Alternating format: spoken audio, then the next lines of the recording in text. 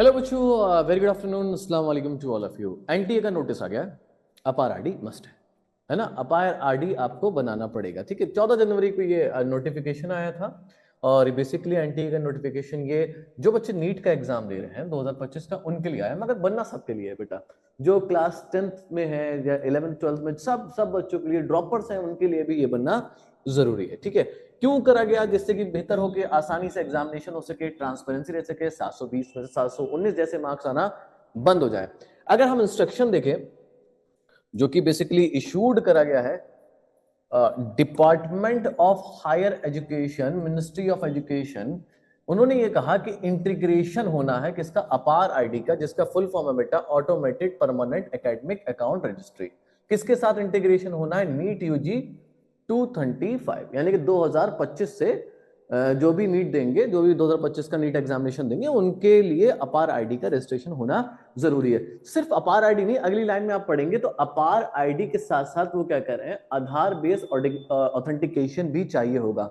अपार आईडी चाहिए, साथ में क्या चाहिए? आधार बेस्ड ऑथेंटिफिकेशन, यानी कि आधार जरूरी है, ठीक है। तो बेसिकली क्या है कि हम क्या करें, तो हमें अपने सारे जो क्रेडेंशियल हैं वो अपडेट कर लेना है। अब थोड़ा सा उससे पहले मैं आपको बताऊं अपार आईडी क्या है। अपार आईडी आपका एकेडमिक रिकॉर्ड है, आपका पूरा एकेडमिक रिकॉर्ड, आप कौन से ईयर में किस क्लास में थे, कब आपने स्कूल चेंज करा, कब आपको स्कॉलरशिप मिली है या नहीं मिली है, स्पोर्ट्स में आपका कैसा परफॉर्मेंस था, एंट्रेंस में आपका कैसा परफॉर्मेंस था, ये सब एक जगह बन के आपका आ जाएगा। जो दो दो जगह एक साथ पढ़ते हैं या फिर बहुत घपले जो हो रहे हैं, जो प्रॉब्लम्स आ रही हैं, एजुकेशन जो करप्ट हुआ है, इसको सुधारने के लिए अपार आईडी बहुत अच्छा एक फैसला माना जा सकता है। ओके, तो अब इसमें क्या करना है, इन्होंने ये कहा है कि कैंडिडेट को एडवाइस दी गई है कि अपने क्रेडेंशियल्स को, है ना, यानी कि जो भी उनके क्रेडेंशियल्स है आधार में, यानी कि आधार में जो भी आपका नाम है, जो भी आपका डेट ऑफ बर्थ है ना, वो आप किस हिसाब से कर लें? अपने 10th की मार्कशीट के हिसाब से, ठीक है। अपने मोबाइल नंबर को अपडेट कर दें, क्योंकि जो भी आप फॉर्म भरेंगे, ध्यान से, जैसे फॉर एग्जांपल पहले मैं नाम की बात करूं, नाम आपका जैसे मान लीजिए अमीर अब्बास है, ठीक है। तो अमीर अब्बास अगर मैंने लिखा है ए डॉट अब्बास, है ना, 10th की मार्कशीट में, या मैंने लिखा अमीर सैयद अमीर अब्बास, तो अगर मैं सैयद लिखा है 10th की मार्कशीट में, तो बेसिकली यही मेरा क्या होना चाहिए? आधार कार्ड पे। वरना क्या होगा? फॉर्म रिजेक्ट हो जाएगा, है ना, रिजेक्शन के चांसेस बढ़ जाएंगे। जो मेरी डेट ऑफ बर्थ 10th की मार्कशीट में, वही डेट ऑफ बर्थ किसमें होगी? मेरे आधार कार्ड में।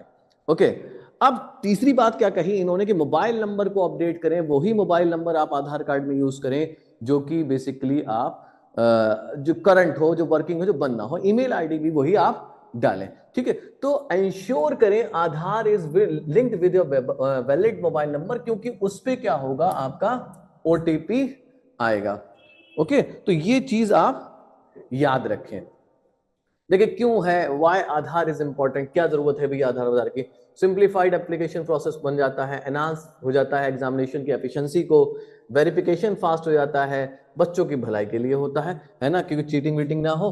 तो कैंडिडेट क्या करें, अगर आधार कार्ड नहीं बना है, आधार कार्ड में कोई भी गलतियां हैं, आपने नजदीकी यूपीआई, है ना, जो बेसिकली आधार अपडेट सेंटर्स हैं, वहां चले जाएं। 10th की मार्कशीट को लेके आप लोग वहां चले जाइए, 10th की मार्कशीट को लेकर, और वहां कहिए ये मेरा आधार है, इसमें जो जो चेंजेस है 10th की मार्कशीट के हिसाब से आप करा लिए। कोई इतना बड़ा काम नहीं है, वो आपको नेक्स्ट डे या लगे हाथ वो आपको दे देगा, तो इसमें घबराने वाली कोई बात नहीं है ना।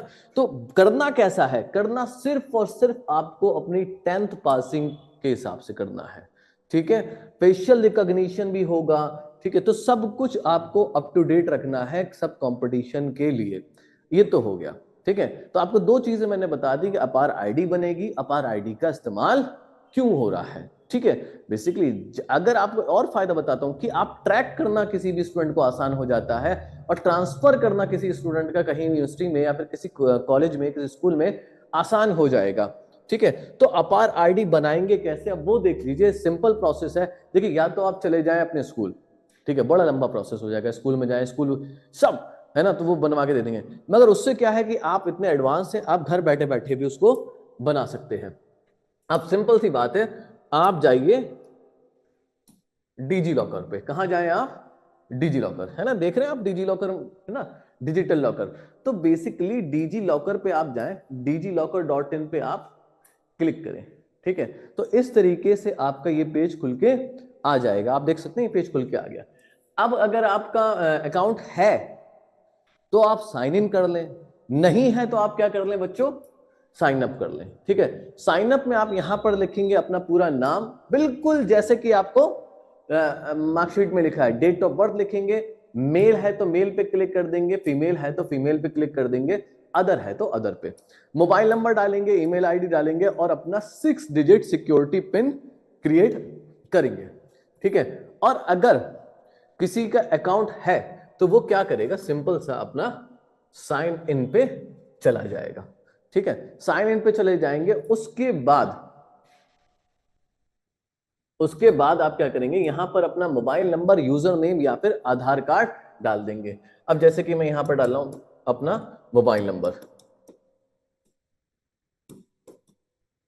ठीक है, ये मैंने अपना मोबाइल नंबर डाल दिया, तो मैं इससे अपना साइन इन करूंगा, ठीक है। मैं इसको छुपा ले रहा हूं, है ना, हालांकि ब्लर करवाऊंगा मैं इसको बाद में, ठीक है।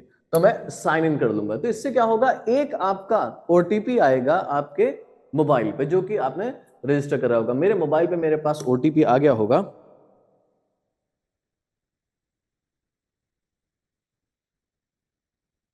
आ चुका है 3।